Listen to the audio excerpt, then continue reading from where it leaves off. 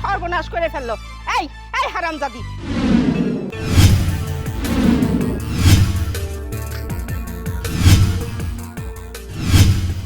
বাপের বাড়ি থেকে কাজকর্ম শিখে আসতে পারোস নাই? আমার ধানের বস্তা ফেলাই দিলে, ধানের বস্তা যদি ফাইটে যাইতো তাহলে আমার কত বড় সর্বনাশ হয়ে যেত, একবার ভেবে দেখেছিস? আল্লাহতে গদ গদ, এত যদি কাজই করতে না পারছিস তাহলে বিয়ে বসছিস কিসের জন্য? বাপ মার বাড়িতে খুঁটা হয়ে থাকলেই তো পারতি।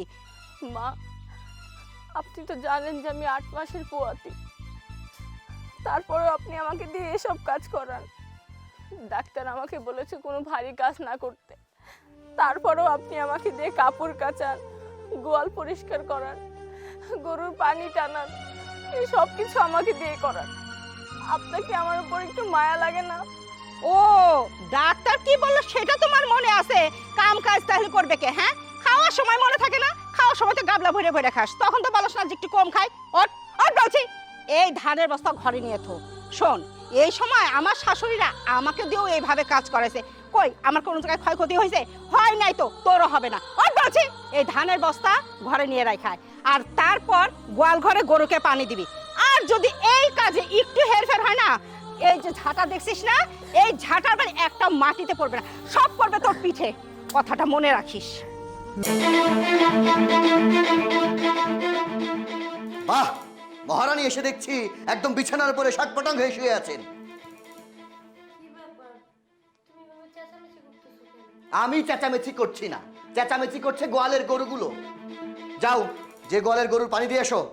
আর এক কথা বলি, এখন থেকে আমার বাসায় এইভাবে শুয়ে শুয়ে খাওয়া যাবে না, একটু গতর খাটিয়ে কাজ করে খেতে হবে। ধান নেড়ে দেওয়া আছে, ওইগুলা বস্তায় ধরে ভালো মেয়ের মতো সব কয়টা ঘরে তুলবে। যাও। কি ব্যাপার, অসময় শুয়ে আছো? এ কি, তোমার গায়ে তো প্রচন্ড জ্বর। কখন থেকে? আমাকে তো কিছু বললে না। না, কিছু হয়নি। আচ্ছা, তুমি ফ্রেশ হয়ে নাও, আমি খাবার দিচ্ছি তোমাকে। আচ্ছা, আমি ফ্রেশ হবো, আগে বলো কি হয়েছে। সত্যি কথা বলতে, এই প্রেগনেন্ট অবস্থায়ও তোমার মা আমাকে দিয়ে ঘর সংসারের সব কাজ করায়। আমি কখনো কিচ্ছু বলিনি তোমার মাকে। আজকে যখন ধানের বস্তাটা নিয়ে আসছিলাম, তখন আমি অনেক জোরে পড়ে গেছি। তোমার মা দেখেছে, কিন্তু তারপরে আমাকে ধরেনি। আমি অনেক কষ্টে সেখান থেকে উঠে আসছি। ও, আমার ছেলের কাছে আমার নামে দুর্নাম করা হচ্ছে। দাঁড়া, তোকে দেখাচ্ছি মজা। আচ্ছা ঠিক আছে, তাহলে আমি ফ্রেশ হয়ে আসছি।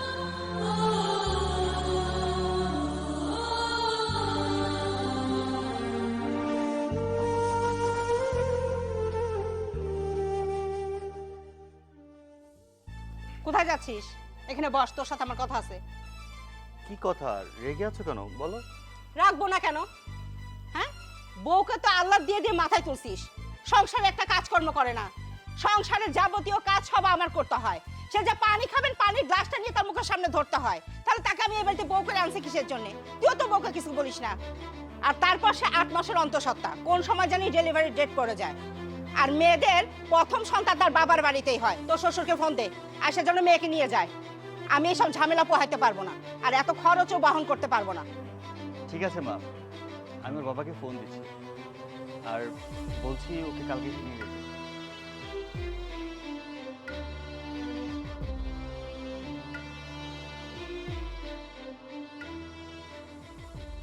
বাবা, আসলে যে জন্য ফোন দেওয়া, মিষ্টির তো সময় ঘনিয়ে আসছে। মা বলছিল মেয়েদের প্রথম সন্তান নাকি বাবার বাড়িতে হয়। আপনি কালকে এসে মিষ্টিকে নিয়ে যান। জি, সকালে চলে আসবেন। ঠিক আছে বাবা। হ্যাঁ, ও বাবাকে বলে দিয়েছি, ওর বাবা কাল সকালে এসে নিয়ে যাবে। এতদিন পর তোর কথা শুনে মনে হচ্ছে তুই আমার ছেলে। যা, ফ্রেশ হয়ে আয়, আমি টেবিলে খাবার দিচ্ছি, খাবার খেয়ে নে।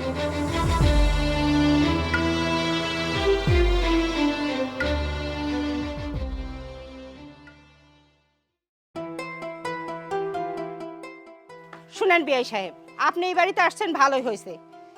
মেয়েদের প্রথম বাচ্চা তার বাবার বাড়িতেই হয়। আপনি আপনার মেয়েকে নিয়ে যান, প্রথম বাচ্চাটা আপনার বাড়িতে হোক, এটাই আমি চাই। কি কোন বিয়ান সাহেব, মেয়ের প্রথম বাচ্চা আমার বাড়িতে হবে সেটা ঠিক আছে, কিন্তু এখানে তো অনেক খরচ। আমি গরিব মানুষ, এত টাকা কোথায় পাবো বলেন তো? এত টাকা কোথা থেকে পাবেন সেটা আমি জানি না। মেয়ে বিয়ে দেওয়ার সময় মনে ছিল না? বড়লোক বাড়িতে তো হুট করে বিয়ে দিয়ে দিছেন। আর শোনেন, নর্মাল ডেলিভারি করাবেন না, কিন্তু সিজার করেই করাতে হবে। আর আমার নাতির যদি কোনো ক্ষয়ক্ষতি হয় তাহলে তো বুঝতেই পারছেন, ডেলিভারি হবার 3 মাস পর নাতিকে এবং আপনার মেয়েকে আমার বাড়িতে দিয়ে যাবেন, ঠিক আছে? সূর্য, তুমি তো কিছু বলো। মা কি বলছে এসব? এখানে মুরব্বীরা কথা বলতেছে, তাদের মাঝখানে আমি কি বলবো? আর মা যা বলছে ভালোই তো বলেছে, খারাপ কিছু তো বলেনি। তোমার প্রথম বাচ্চা হবে তোমার বাবার বাড়িতে, তোমার জন্য সেফ। আর মুরব্বীরা যেটা ডিসাইড করে ভালোর জন্যই তো করে, তাই না? আচ্ছা যাও, তুমি যাও তাহলে। চল।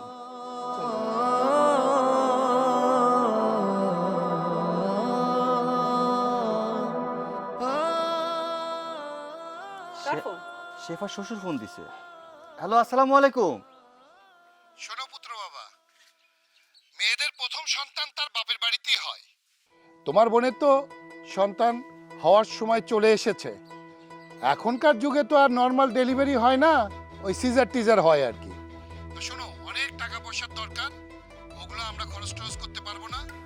তুমি এসে তোমার বোনকে নিয়ে যাও, বাচ্চা হওয়া এবং বাচ্চা হওয়ার পরবর্তী 3 মাস তোমাদের বাড়িতেই রাখবা, ঠিক আছে? আচ্ছা ঠিক আছে। কি ব্যাপার, কি বললো? শেফার শ্বশুর ফোন দিছে, ফোন দিয়ে বলতেছে শেফার প্রথম বাচ্চা নাকি আমাদের এখানে হবে, আর ওই সিজার টিজার করা লাগলে সবকিছু আমরা করতে হবে, বলছে শেফারে নিয়ে আসার জন্য।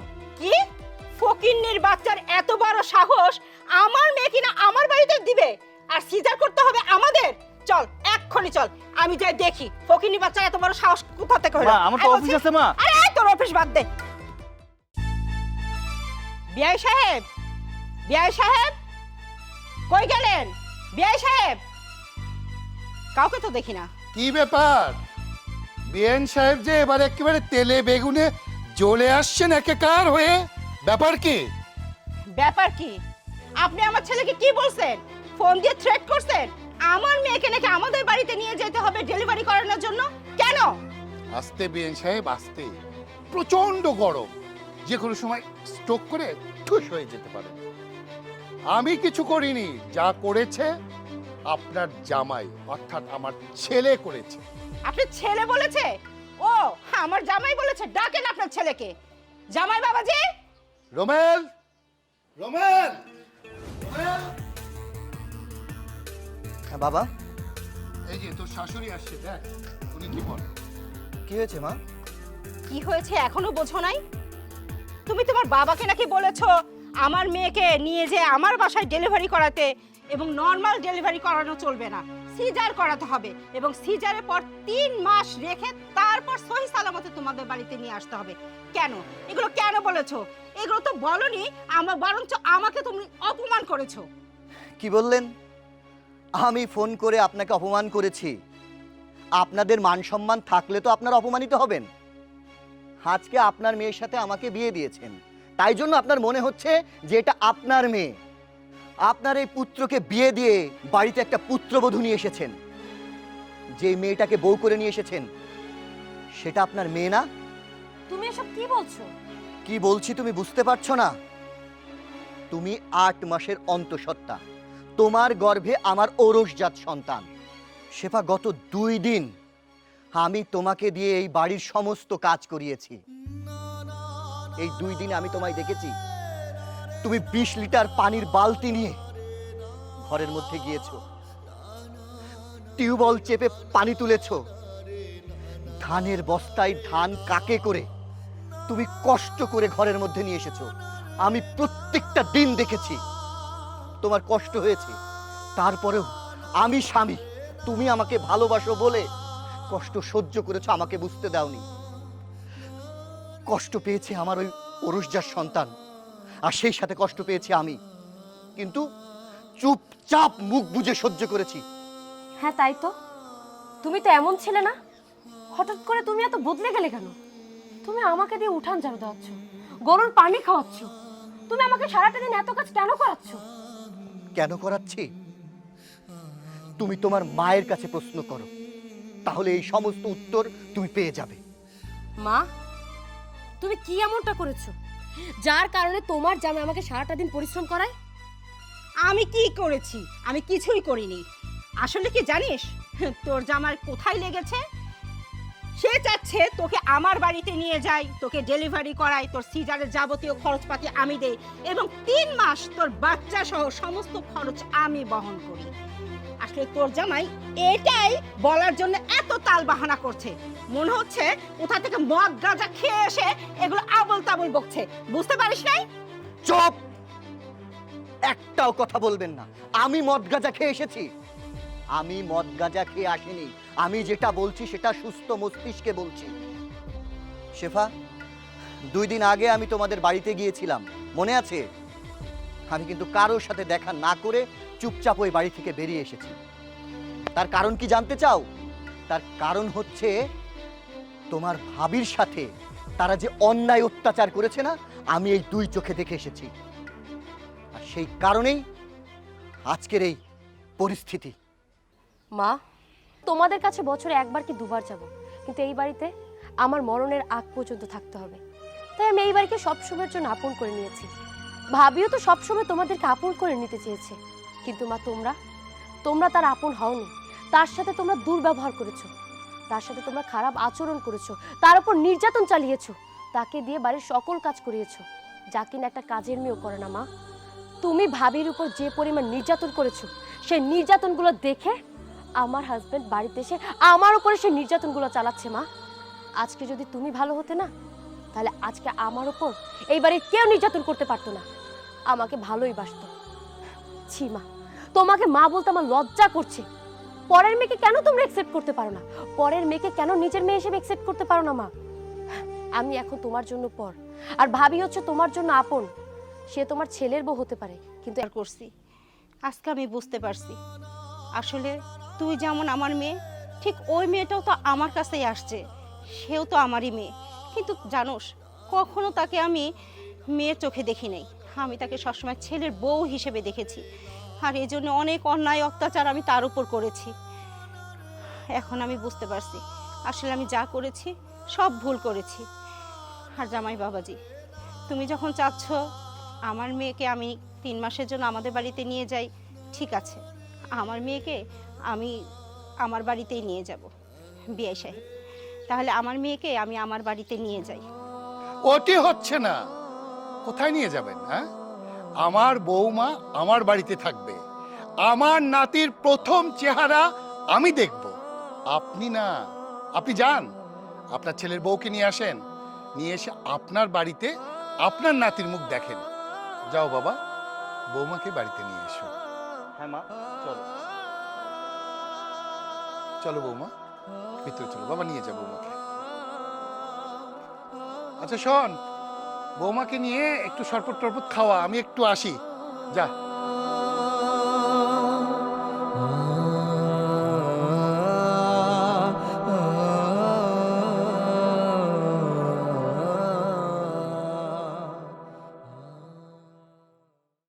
বের হ। ভাইয়া, খবরদার, খবরদার আমাকে ভাই বলে ডাকবি না। ভাইয়া তুমি এমন করতেছো কেন? আমি যা করছি ঠিক করছি। তোরা 2টা যে আমার বোন, সেটা ভাবতেও আমার অবাক লাগছে। আমি একজন হাফেজ, আর তোরা হাফেজের বোন হয়ে এই বেলিল্লাপনার ড্রেস পরে রাস্তায় রাস্তায় ঘুরে বেড়াবি, এটা আমি মানতে পারবো না। কি বললে ভাইয়া? আমাদের দুজনকে দেখে তোমার লজ্জা করতেছে? হ্যাঁ, তুমি সামান্য একজন হাফেজ হয়ে তোমার ইউনিভার্সিটিতে পড়া বোনদেরকে দেখে তোমার লজ্জা করে, তাই না? তোমার বোঝা উচিত ছিল তুমি চৌধুরী বাড়ির ছেলে, তেমনি করে আমরাও দুজন চৌধুরী বাড়ির মেয়ে। তুমি যেভাবে আমাদের দুজনকে লাঠি দিয়ে তাড়িয়ে নিয়ে আসছো, আমরা কিন্তু চাইলে তোমাকে মোকাবেলা করতে পারতাম, কিন্তু করিনি, কারণ তোমাকে আমরা সম্মান করি। ভাইয়া, তুমি যেভাবে আমাদেরকে বাসা থেকে এভাবে তাড়িয়ে বের করে দিচ্ছ, আমরা যদি তোমাকে এভাবে বের করে দিতাম তাহলে কেমন লাগতো তোমার? চুপ, একটাও কথা বলবি না। নবী করিম সাল্লাল্লাহু আলাইহি সাল্লাম বলেছেন নারীদেরকে সম্মান করতে। তোরা আমার বোন, নাইতে এতক্ষণ এই লাঠি দিয়ে পিটাতে পিটাতে তোদের হাড্ডি মাংস সব আমি এক করে ফেলতাম। শোনো, বাবা মা বাড়িতে নেই বলে তুমি আমাদের 2 বোনকে বাড়ি থেকে বের করে দিচ্ছ, লাঠি দিয়ে তাড়িয়ে বাড়ি থেকে বের করছো। বাবা মা আসুক, তারপরে তোমাকে দেখছি। হ্যাঁ, তুই ঠিকই বলেছিস। চল আগে বাবা মাকে খুঁজে বের করি, তারপর ওর একটা ব্যবস্থা নিচ্ছি। শোনো ভাইয়া, বাবা মা যেহেতু বাসায় নেই, তাই আমরা এখন চলে যাচ্ছি। যখন বাবা মা আসবে না, তখন ঠিক তোমাকে সাহায্য করবো। চলবো।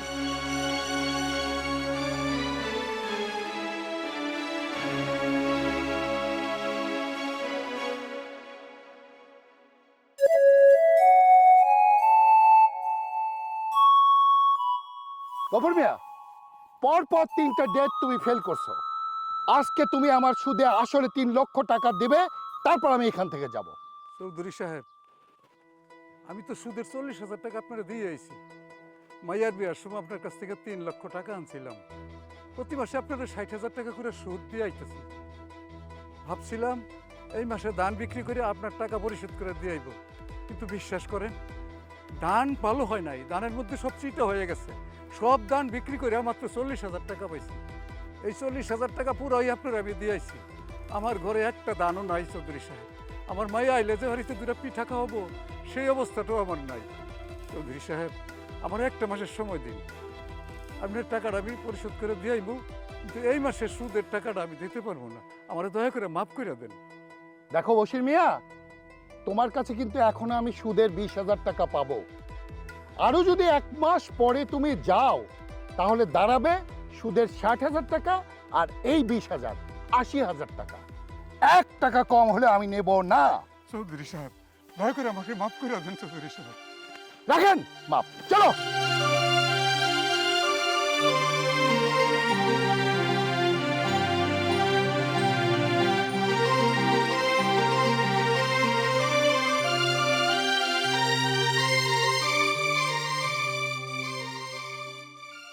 বাবা, তোমার ছেলেকে মাদ্রাসায় পড়ে এই শিক্ষা দিয়েছো তুমি? কেন, রোমেল কি করেছে? কি করেনি সেটা বলো। তোমার ছেলেকে মাদ্রাসায় পড়িয়েছো যাতে করে ও ভদ্র হয়, সুশিক্ষায় শিক্ষিত হয়, মানুষকে মূল্যায়ন করতে শিখে। কিন্তু তোমার ছেলে তো মানুষকে মূল্যায়ন করতে শিখেনি, আমাদেরকে অসম্মান করেছে, আমাদের সাথে বেয়াদবি করেছে। আমাদেরকে বলে আমাদের দেখলে একটু লজ্জা করে। কি বললি?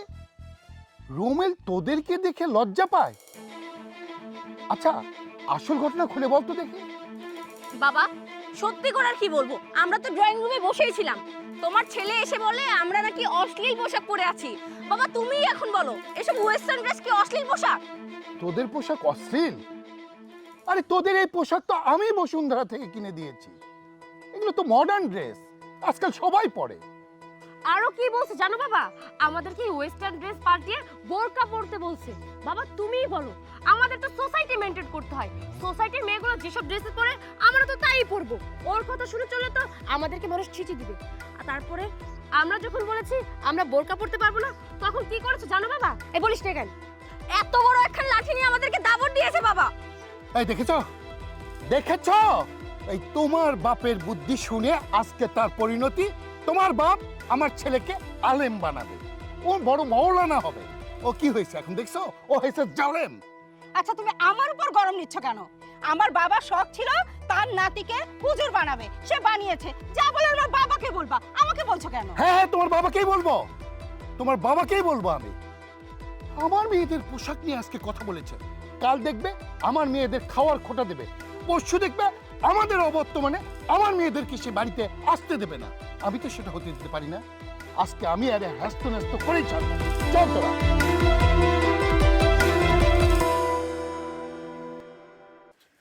অনেক দিন পর আজকে তোর সাথে নামাজ আদায় করলাম, খুব ভালো লাগলো। আমার কাছে অনেক ভালো লাগতেছে। তো বন্ধু, বাড়িতে আসছিস, কতদিন থাকবি? কতদিন ছুটি নিয়ে আসছিস? এবার আমি 3 মাস থাকবো। বাহ, মেলা দিন। যাই হোক, তোর সাথে আমার কিছু কথা ছিল, তুই বাড়িতে নাই বলে কথাটা বলা হয়নি। মাঝখানে ভাবছিলাম আঙ্কেলের কথাটা বলবো, কিন্তু নিজের কাছে কেমন যেন সংকোচ লাগতেছিল। বাবার বয়সী একজন লোকের কাছে কীভাবে এভাবে কথা বলি? আরে কি বলবি, আমায় খুলে বল। তোর কাছে লুকাবো না, তার জন্য তোর অপেক্ষায় ছিলাম তুই কবে বাড়িতে আসবি, তোর সাথে কথাটা শেয়ার করব। শুন বন্ধু, আমরা সবাই জানি সেই ছোটবেলা থেকেই তোর বোনের সাথে আমার বিয়ে ঠিক হয়ে আছে। কিন্তু বন্ধু, দুঃখের বিষয়, তুই কিছু মনে করিস না, তারপরে তোর বলতে হচ্ছে, আমি বোধহয় তোর বোনের বিয়ে করতে পারবো না। কি বলছিস তুই এসব? আমার বোন মিষ্টিকে তুই কেন বিয়ে করতে পারবি না? তাছাড়া এই গ্রামের প্রত্যেকটা মানুষ জানে তোদের বিয়ে ঠিক হয়ে আছে। আর এখন যদি তুই বলিস আমার বোনকে বিয়ে করবি না, তাহলে তো আমাদের মান সম্মান কিচ্ছু থাকবে না। আর তাছাড়া তোদের দুজনার দু হাতকে আমি এক করে দিব বলেই 3 মাসে ছুটি নিয়ে এসেছি। তুই এসব কথা কেন বলছিস? দেখ বন্ধু, আমি তোর বোনকে বিয়ে করতে পারবো না, এর পেছনে অনেকগুলো কারণ আছে। কি এমন কথা যে তুই বলতে পারছিস না? তুই আমায় খুলে বল। তাছাড়া আমি তো তোর বন্ধু, তুই যদি আমাকে না বলিস তাহলে কাকে বলবি? তুই তো জানিস আমি হাফজও কমপ্লিট করেছি, একজন হাফেজ, তুই একজন আলেম। ইসলাম ধর্ম সম্পর্কে আমাদের সবার ভালো ধারণা আছে। আমরা সবাই চাই, প্রত্যেকটা পুরুষ মানুষই চাই যে তার স্ত্রী হবে নম্র, ভদ্র, পর্দাশীল। আর তোর বোন বেপরদা চলাফেরা করে, বন্ধু বান্ধব নিয়ে আড্ডা দেয়, বিভিন্ন অলিতে গলি দেখা যায় সে মাঝে মাঝে স্মোক করে। কোনো পুরুষ মানুষ, কোনো ধার্মিক ছেলে এরকম কোনো মেয়েকে বিয়ে করবে বলতো বন্ধু? কি বলিস? আমার বন্ধুর এত অধঃপতন আর আমি সেটা জানি না? আরও কিছু কথা আছে যেগুলো না বলে পারছি না। যেমন কাকা, তোর বাবা, উনি এলাকায় সুদের উপর টাকা দেয়। আগে গোপনে দিত, অনেকে জানতো অনেকে জানতো না। ইদানিং তিনি প্রকাশ্যে দিচ্ছেন। আর যারা টাকা ফেরত দিতে না পারছেন তাদের বাড়ি ঘর লুটপাট করে নিয়ে আসতেছেন। এটা এক প্রকার জুলুম। আর কোন জুলুমকারী আমার শ্বশুর হবে সেটা আমি কখনো মেনে নিতে পারবো না। আমি আমার এই বিষয়গুলো আমার বাবাকে বলেছিলাম। আমার বাবা সব কিছুই জানে, কিন্তু সে বন্ধুত্বের খাতিরে চক্ষু লজ্জা কিছু বলতে পারছে না। তাই আমি বাধ্য হয়েছি তোকে বলার জন্য। তুই ঠিক বলেছিস বন্ধু। আমি একজন আলেম মানুষ হয়ে এই অন্যায় অত্যাচার কখনোই মেনে নিব না। আমার বোনেরা বেপর্দা হয়ে চলাফেরা করে, না না না, আজকে তোর জায়গায় যদি আমি থাকতাম আমিও এটা কখনোই মেনে নিতাম না। আচ্ছা ঠিক আছে, আমি বুঝতে পেরেছি। বন্ধু তুই কিছু মনে করিস না, তুই এক কাজ কর, আমার সাথে আমার বাসায় চল। আমি যাব? কেমন দেখাচ্ছে বিষয়টা? কোনো কিচ্ছু না, আমি যেতে বলেছি, আমার সাথে এখন যাবি। আচ্ছা ঠিক আছে, চল। হ্যাঁ চল। ও আজকে আসুক, ওর বোনদেরকে অপমান করে কোথায় উধাও হয়ে গেছে। আসতে দাও বাড়িতে শুধু। হ্যাঁ,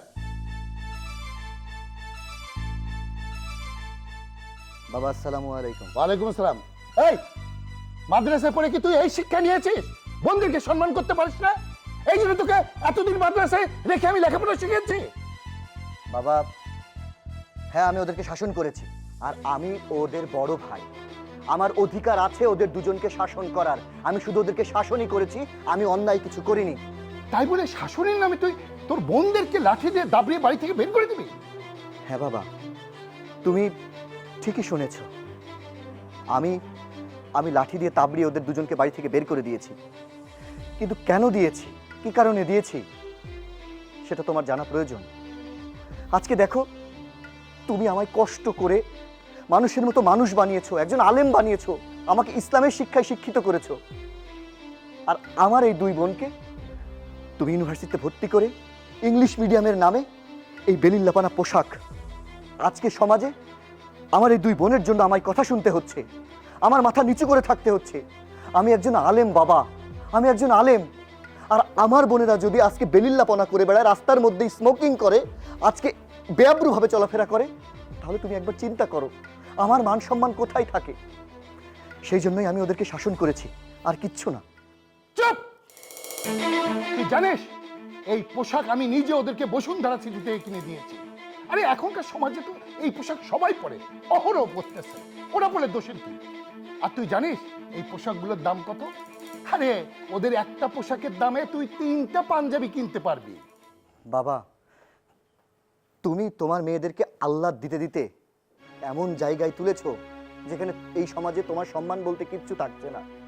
আজকে তোমার এই মেয়ে মিষ্টিকে তুমি বিয়ে ঠিক করেছো, সে বিবাহ উপযোগী, তার তো উচিত সাবলীলভাবে চলাফেরা করা, কিন্তু সেটা সে করে না। হ্যাঁ, ওদের একটা পোশাকের দামে আমি 3টা পাঞ্জাবি পরি, কিন্তু আল্লাহ রব্বুল আলামিন এতে আমায় শান্তিতে রেখেছেন, আমাকে ভালো রেখেছেন, আমি সুস্থ আছি। আজকে তোমার এই দুই মেয়ের বেলিল্লাপনার কারণে, রাস্তায় স্মোকিং করার কারণে, তাদের বন্ধু বান্ধবের সাথে আড্ডা দেওয়ার কারণে আমার বন্ধু সূর্য তোমার মেয়েকে বিয়ে করবে না আমায় সাফ সাফ জানিয়ে দিয়েছে। কি কি বলছিস তুই? এই, তুই বাড়িতে এসে আমার মেয়েদেরকে লাঠি পেটা করে বাড়ি থেকে তাড়িয়েছিস, এখন আমার মেয়েদের পিছনে লেগেছিস ওদের বিয়ে ভাঙার জন্য, না? তুই কি ওদের ভাই না ভাই নামের শত্রু? বাবা, শুধু ওদের পোশাক আশাক না, এই বিয়ে ভাঙার পিছনে আরো কারণ আছে। কারণ কি সে কারণ? বাবা, আমি আপনাকে অসম্মান করতে চাচ্ছি না, তারপরেও আমি বলতে বাধ্য হচ্ছি। আপনি তো আমাদের পিতা, আর বাবা মায়ের পায়ের নিচে সন্তানের বেহেশত। আজকে যদি নিজের বাবার সম্পর্কে মানুষের কাছ থেকে শুনতে হয় সে একজন জালিম, সে সুদ ব্যবসায়ী, তখন বলো আমি আলেম হয়ে সেটা কি করে সহ্য করি? শুধুমাত্র তোমার মেয়েদের বেলিল্লাপনার কারণে তোমার মেয়ের বিয়ে ভেঙে যাচ্ছে না, এই বিয়ে ভাঙার পিছনে তুমি একটা কারণ। চুপ! আর একটা কথা বলবি না। এই, আমি সুদ খাই, আমার মেয়েরা রাস্তায় বেহাল্লাপনা করে বেড়ায়, এসব তুই কার কাছে শুনেছিস? আজকে তোকে বলতে হবে। দেখতে চাও? দেখতে চাও কে সে? সূর্য, সূর্য। ওয়ালাইকুম আসসালাম। ইয়ে বাবা, বসো বসো বসো বাবা। ইয়ে, আচ্ছা বাবা, শুনলাম তুমি নাকি বলেছ আমার মেয়েকে তুমি বিয়ে করবে না। দেখো বাবা, এটা তো তোমার পছন্দ না। তোমার বাবা আর আমি দুজন ছোটবেলায় কথা দিয়েছিলাম যে ওর ছেলে হলে আমার মেয়ে হলে তার সঙ্গে বিয়ে হবে। এটা তো সেই আমল থেকে এসছে বাবা। তাহলে আজকে তুমি এই কথা বলছো কেন? আঙ্কেল, আসলে এটা আমার একার সিদ্ধান্ত না, এটা আমি এবং আমার বাবার দুজনের সিদ্ধান্ত। আমার বাবাও চাচ্ছেন না আমাদের বিয়েটা হোক। আমার বাবা আপনাদের বন্ধুত্বের সম্পর্কটা নষ্ট হবে বলে উনি নিজের মুখে কিছু বলতে পারছেন না, তাই আজকে আমি বাধ্য হয়ে রোমেলকে সব কিছু কথা খুলে বললাম। আঙ্কেল, আমি একজন কোরআনে হাফেজ, আমি মুসলমান, আর ইসলাম ধর্মে মেয়েদেরকে পর্দা করা ফরজ করা হয়েছে। আপনার মেয়েরা যেভাবে চলাফেরা করে, রাস্তাঘাটে ওদেরকে যেভাবে দেখা যায়, ওরা বেপরদায় চলাফেরা করে। আর আমি একজন হাফেজ হয়ে আমার স্ত্রী হবে একজন বেপরদা, ওরা পর্দা করবে না, তা কী করে হয়? আমি একজন বেপরদা নারীকে বিয়ে করতে পারবো না। আর ইসলাম আমাদেরকে হালাল হারাম বেছে চলার কথা বলা হয়েছে। আমি যতদূর শুনেছি, লোকমুখে মানুষ বলা বলি করে আপনি নাকি সুদের ব্যবসা করেন, মানুষকে সুদের উপরে টাকা দেন, কেউ টাকা দিতে না পারলে তার উপর জুলুম করেন, আর জুলুমকারীকে আল্লাহ তাআলা পছন্দ করেন না। বাবা, সূর্য যেটা বলেছে ঠিক বলেছে। দেখো, তুমি আজকে কষ্ট করে এত অর্থ সম্পদ উপার্জন করেছো কাদের জন্য? হয় আমার জন্য, না হয় তোমার দুই মেয়ের জন্য। কিন্তু দেখো, আজকে তুমি যেটা করেছো সেটা অন্যায় করেছো, ভুল করেছো। তুমি যে টাকা উপার্জন করেছো সেটা সৎপথের ইনকাম না, সেটা পাপের টাকা। আজকে আমি ওই টাকা নিয়ে যদি অট্টালিকায় থাকি, আমি সুখে থাকবো না। আর সব থেকে বড় কথা, এই জীবন জীবন না, এর পরেও একটা জীবন আছে। তোমাকে একদিন কবরের স্বাদ গ্রহণ করতে হবে। সারা জীবন তুমি বেঁচে থাকবে না বাবা, একদিন আমিও মরে যাব, তুমিও মরে যাবে। হাসরের ময়দানে সেদিন তোমায় জবাব দিতে হবে। আর সেদিন যদি তোমার এই পাপের কারণে আমাকে প্রশ্ন করা হয়, সেদিন কিন্তু আমি সরাসরি বলবো আমি কিচ্ছু জানি না, আমি চিনি না আমার বাবাকে। আমি অস্বীকার করব, তার কারণ তোমার পাপের শাস্তি তুমিই পাবে বাবা। তাই বলছি, সূর্য যেটা বলেছে সেটা মেনে নাও, এতে আমাদের সবার মঙ্গল। ইসলাম আমাদেরকে শান্তির পথ দেখিয়েছে বাবা। এই অট্টালিকা, এই সম্পত্তি আমাদের শান্তি দেবে না বাবা। দেখ বাবা, আমি যা কিছু করেছি তোর কথা মাথায় রেখেই করেছি। এই যে সম্পদ, প্রাচুর্য, টাকা পয়সা, এগুলো আমি কার জন্য করেছি? শুধু তোর কথা চিন্তা করে করেছি। তুই ঠিকই বলেছিস বাবা, অসৎ পথে রোজগারের মধ্যে কোনো আনন্দ নেই, সৎ পথে রোজগারের আনন্দই আলাদা। বাবা সূর্য, আমার ভুলের জন্য তুমি এই বিয়ে না করো না বাবা। আমি আমি তোমাকে কথা দিচ্ছি, তোকেও কথা দিচ্ছি, আমি আমি আর কোনো অন্যায় করব না। আমি অন্যায় করে যেসব টাকা পয়সা আমি রোজগার করেছি, আমি আল্লাহর রাস্তে সেগুলো মাদ্রাসায় বা এতিমখানায় দান করে দেব। তবু তোমার কাছে আমার অনুরোধ বাবা, তুমি তুমি এই বিয়েটা ভেঙে দিও না। তুমি এই বিয়েটা ভেঙে দিলে আমার মেয়ের জীবনটা নষ্ট হয়ে যাবে। আঙ্কেল, আপনি আপনার ভুল বুঝতে পেরেছেন, এতে আমরা অনেক খুশি। কিন্তু আমি আপনার মেয়েকে বিয়ে করতে পারবো, আমার কোনো আপত্তি নেই। তবে আমার একটা শর্ত আছে। আমার শর্ত হলো আপনার মেয়েকে পর্দা করতে হবে, 5 ওয়াক্ত নামাজ পড়তে হবে। আপনার ওয়াইফ, আমার আন্টি এবং আপনার ছোট মেয়ে, ওকেও পর্দা করতে হবে। ওনাদের সবাইকে পর্দার আড়ালে থাকতে হবে, 5 ওয়াক্ত নামাজ পড়তে হবে।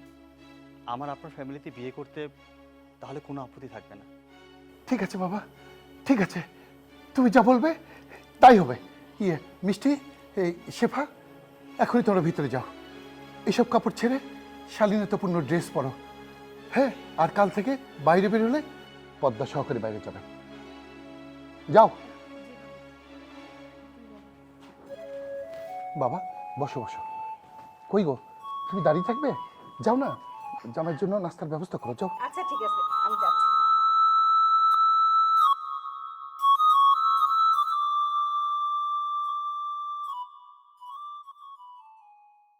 চুপ! একদম বাবা করে ডাকবি না আমাকে। আরে কি হয়েছে? সন্তান হয়ে মার হাতে জুতো তুলে দিয়েছো তোমরা। ছি! এই আল্লাহর আরশ কেঁপে উঠবে। আল্লাহ সহ্য করবে না তোমাদের এই অনাচার। এই যে, এই নিন সয়াবিন তেল কিনে নিয়ে আসুন, ধরুন। বৌমা, সূর্য তো বাজারে গেছে, বাজার থেকে আসার সময় 2 কেজি তেল নিয়ে আসবো না? তুমি ফোন করে কয়ে দাও। আর এই রোদ্রের বেলায় আমি হাইটে যাইতে পারবো না। তাছাড়া আবার রাস্তা অনেক গরম, আমার পায়ে এক জোড়া জুতাও না যে আমি হাইটে যাবো। আচ্ছা, আপনাকে আমি যখনই কাজের কথা বলি তখনই আপনি অজুহাত দেখেন কেন? হ্যাঁ, সারাটা দিন বাড়ির ভিতর বসে বসে খান, কোনো কাজ কাম তো করেন না। আর আপনার ছেলে সারাটা দিন ডিউটি করবে, ডিউটি করতে কতটা কষ্ট হয় সেটা তো আপনি বুঝবেন না। সারাটা দিন কাজ করে বাসায় ফেরার পথে সে যদি বাজার করে তাহলে আপনি কি করবেন? হ্যাঁ, লাচ্ছাই হয়ে গেছেন নাকি? যান তাড়াতাড়ি বাজারে গিয়ে সয়াবিন তেল কিনে নিয়ে আসুন। জুতা নেই তাই না? হ্যাঁ, কয় জোড়া জুতা কিনে দিয়েছি আপনাকে, আর কোনো জুতা কিনে দিতে পারবো না। যান তাড়াতাড়ি বাজারে গিয়ে তেল কিনে নিয়ে আসুন। অজুহাত খুঁজে পাই না। আরে বিয়ান সাহেব, আমি দূরের থেকে দাঁড়িয়ে শুনলাম আপনি নাকি বাজারে যাচ্ছেন। তো এই বাড়িতে আসছি অনেক দিন হলো, আমার জুতাটা আসার সময় আঠা খুলে গেছে। কাউকে দিয়ে এই জুতাটা আমি সারাতে পারছি না। আপনি যখন বাজারে যাচ্ছেন তাহলে জুতাটা নিয়ে যান, আসার সময় জুতা আঠা লাগিয়ে নিয়ে আসেন। বিয়ান সাহেব, আপনার জুতার ঘাম লাগাইতে হইব, সেই ঘাম আমি কেন লাগাবো? আপনি যে নিজে লাগাই আসতে পারেন না? কি? আপনি আমাকে কি বললেন? এত বড় কথা আপনি কিভাবে বলতে পারলেন? আরে আমি আসছি এই বাড়ির মেহমান, আপনি কি না আমাকে বলতেছেন এত বড় কথা? আপনার সাহস হয় কি করে? আরে বাজারে তো আপনি যাচ্ছেন, এই জন্যই তো জুতাটা আমি আপনাকে দিলাম। আমি গেলে কি আর আপনাকে বলতাম? দাঁড়ান, আপনাকে কিভাবে শায়েস্তা করতে হয় সেটা আমি ভালো করেই জানি। আমি আমার মেয়েকে ডাকছি। মিষ্টি, এই মিষ্টি, দেখে যা তোর শাশুড়ি আমার সাথে কেমন ব্যবহার করতেছে। কি হয়েছে? কি ব্যাপার আম্মু, আপনি এত চিল্লাচিল্লি কেন করছেন? কি হয়েছে? আপনি তো উত্তেজিত কেন? উত্তেজিত হব না কেন বাবা, বলো তো? তোমার মা আমার সাথে যে ব্যবহারটা করলো না, সেটা উত্তেজিত না হয়ে আর পারলাম না। শোনো বাবা, আমি এত সুন্দর করে ওনাকে বললাম, শেফা ওনাকে বলতেছে বাজারে যাওয়ার জন্য, তেল আনার কথা বলছে। তা আমি তোমাদের বাসায় আসার সময় আমার এই জুতার আঠাটা খুলে গেছে। আমি ওনাকে সোনারে জাদুরে আপা বলে বললাম, আপনি যখন বাজারে যাচ্ছেন তাহলে আমার জুতাটা নিয়ে যান, একটু আঠা লাগাই নিয়ে আসেন। আর উনি কি না আমার উপর এমন ভাবে অ্যাকশন নিল মনে হলো আমি এই বাড়ির কেউ না। আচ্ছা বাবা, তুমি বলো তো, তাহলে তুমি কি এখানে আনছো আমাকে অপমান করার জন্য? উনি কেন আমাকে অপমান করলো? আমি তো ওনাকে ভালো মতোই বললাম, উনি আমার বিয়ান, আমার বোনের মতো, আর উনি কিনা আমার সাথে এইভাবে করতে পারলো? আমার এটা কষ্ট লাগেনি বলো বাবা? আমি সেই কষ্ট পাইছি। আচ্ছা, আপনি কিচ্ছু মনে করবেন না, আমি বিষয়টা দেখছি। তুমি কি দেখবা? হ্যাঁ, তুমি কি দেখবা? তুমি তোমার পায়ের স্যান্ডেল দিয়ে তোমার মাকে যদি না পিটাইছো, আমি আমার মাকে দিয়ে বাসা থেকে বের হয়ে যাব। আমি আর তোমার সাথে সংসার করব না। মা চলো এখান থেকে। আরে বাবা, তুমি আবার কেন হঠাৎ করে উত্তেজিত হচ্ছ? আমি তো বললাম আমি দেখছি বিষয়টা। মা, কি হয়েছে? আমার শাশুড়ি এসব কি বলছে? তোর শাশুড়ির জুতার আঠা লাগাতে আমাকে বলছে। আমি কেন তার জুতার আঠা লাগাতে যাব? সে নিতে পারে না? আমি কি তোর শাশুড়ির চাকর নাকি? আচ্ছা মা, তুমি তো বাজারেই যাচ্ছিলে, তো বাজারে যেহেতু যাচ্ছ, আমার শাশুড়ি তোমাকে এত সুন্দর করে বলেছে জুতাটা বিআইন সাহেব একটু আমাকে আঠাটা লাগিয়ে নিয়ে এসে দিন। তো তুমি যেহেতু বাজারে যাচ্ছিলে, জুতাটা হাতে করে নিয়ে গেলে তোমার হাত কি ক্ষয় হয়ে যেত? আচ্ছা এত কথা বলার দরকার নেই। আম্মু কিছু মনে করবেন না, জুতাটা আপনি আমার মায়ের কাছে দেন। মা যাও, জুতাটা যে আঠা লাগিয়ে নিয়ে এসো। একটু বাঁচাও আমাকে, একটু বাঁচাও, শান্তিতে থাকতে দাও। নেন বেআইন, জুতাটা নেন, ভালো করে আঠা মেরে নিয়ে আসেন। ধরেন, আরে ধরেন না, এবার যান। আরে তাড়াতাড়ি যে রান্না করতে হবে তো, এখনো দাঁড়িয়ে আছে।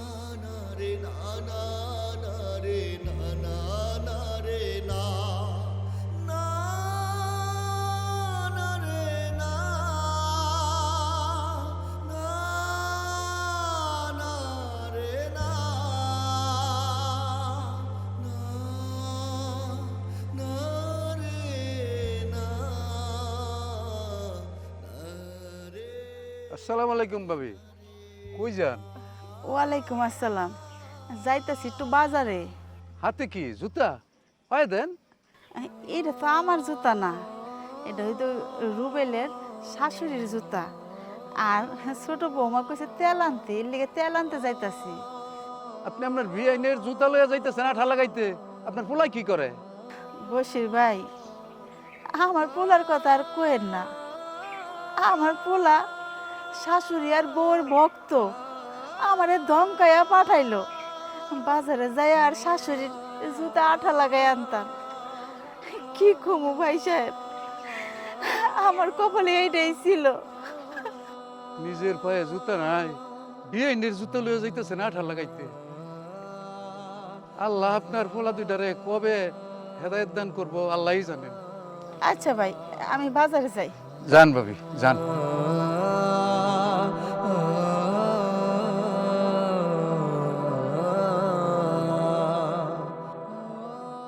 হ্যাঁ বাবা। না বাবা, সেই জোর কি আছে? আমার মা অসুস্থ বাড়িতে, তোমার মা ওই মা তো এখানে এসে পড়ে আছে। আসসালামু আলাইকুম বিয়ান সাহেব। ওয়ালাইকুম আসসালাম। কি অবস্থা বিয়ান সাহেব আপনার? দুইটা ছেলে থাকতে পরনে সিরা শাড়ি, পায়ে কোনো স্যান্ডেল নেই, আর আপনার হাতে কি তেলের বোতল, স্যান্ডেল, এগুলো নিয়ে কোথায় যাচ্ছেন আপনি? বাজার। আরে মা থামো না, কোথায় যাচ্ছ? যাও, একটু কাজ যাচ্ছে বোধ হয় আর কি। চলো বাসে চলো। তুমি চুপ করো, আমি তোমার মার সঙ্গে কথা বলছি। বিয়ান সাহেব সত্যি বলেন তো, আপনি এগুলো নিয়ে কোথায় যাচ্ছেন? আসলে তুমি এসেছো? চুপ! একদম বাবা করে ডাকবি না আমাকে। সব নাটের গুরু এইটা। আরে কি হয়েছে?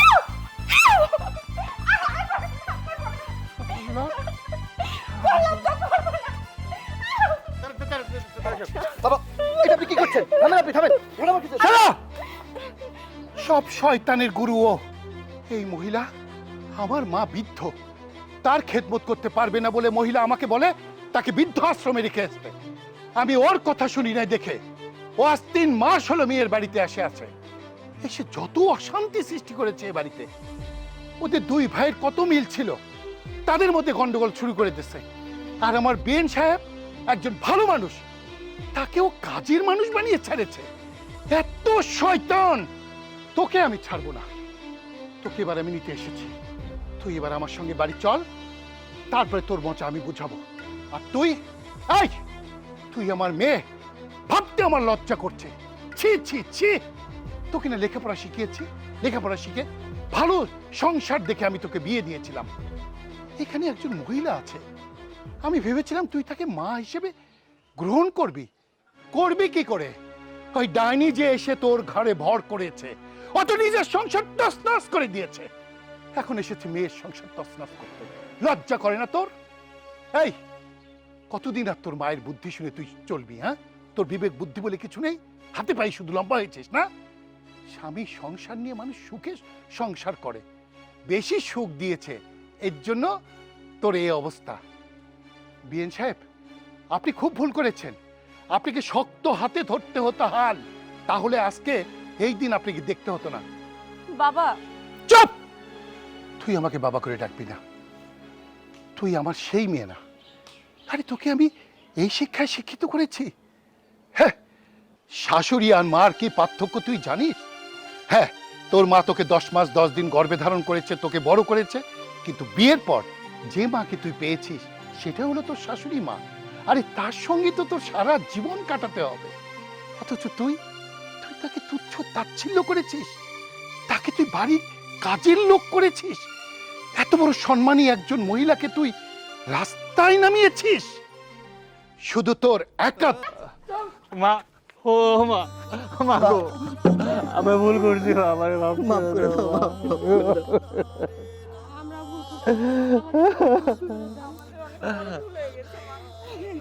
ক্ষমা করে দেন আপনি।